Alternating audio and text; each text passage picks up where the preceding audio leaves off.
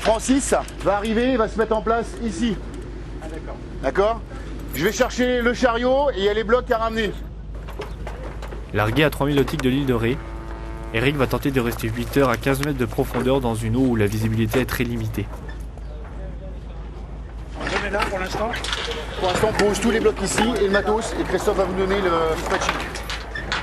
Bernard Gomez chargera là avec 2 blocs. Dominique Jourdain chargera avec 2 blocs. Et Pascal Portier chargera avec 2 blocs ici. Au-delà d'un record personnel, c'est un exploit collectif. Allez. On charge donc Cyril, Eric, Dominique, Rodolphe, Bernard. L'équipe est prête, donc maintenant il n'y a plus qu'à. On a le beau temps avec nous, la météo, on n'est pas en retard, donc ça devrait être bon.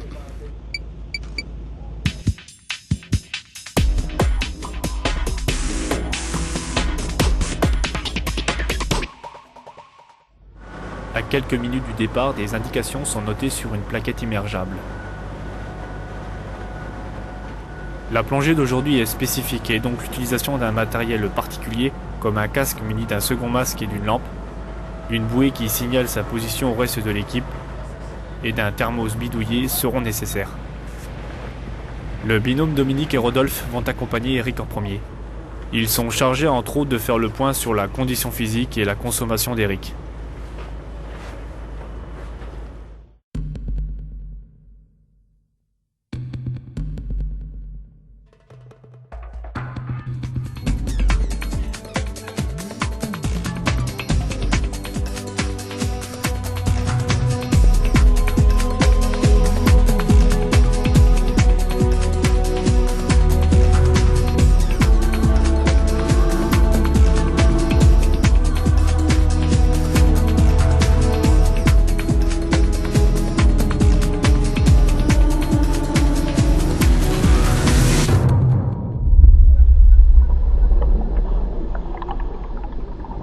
À 10 mètres de profondeur, les dernières vérifications du matériel sont effectuées par Rodolphe et Dominique.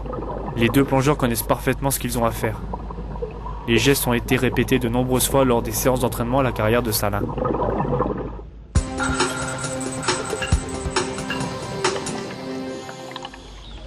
À 1h15 de La Rochelle, la carrière est un lieu particulier pour les séances d'entraînement du club. Dominique fait partie d'un des binômes qui accompagnera Eric.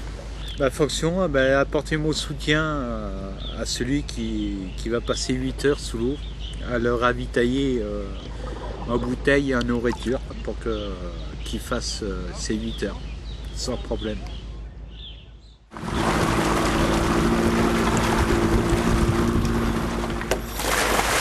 Les 16 plongeurs qui vont se succéder tout au long de la journée auprès d'Eric ont la responsabilité de changer son bloc.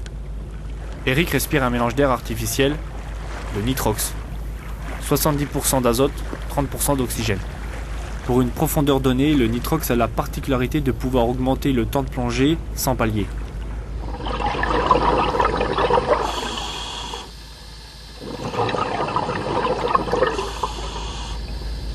Pendant la plongée, Eric vérifie son cap en permanence.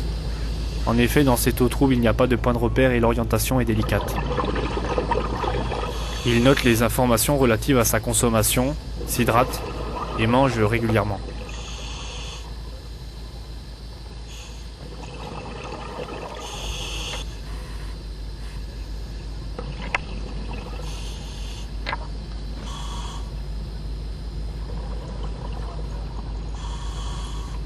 La plongée se termine, Eric est resté 8 heures sous l'eau.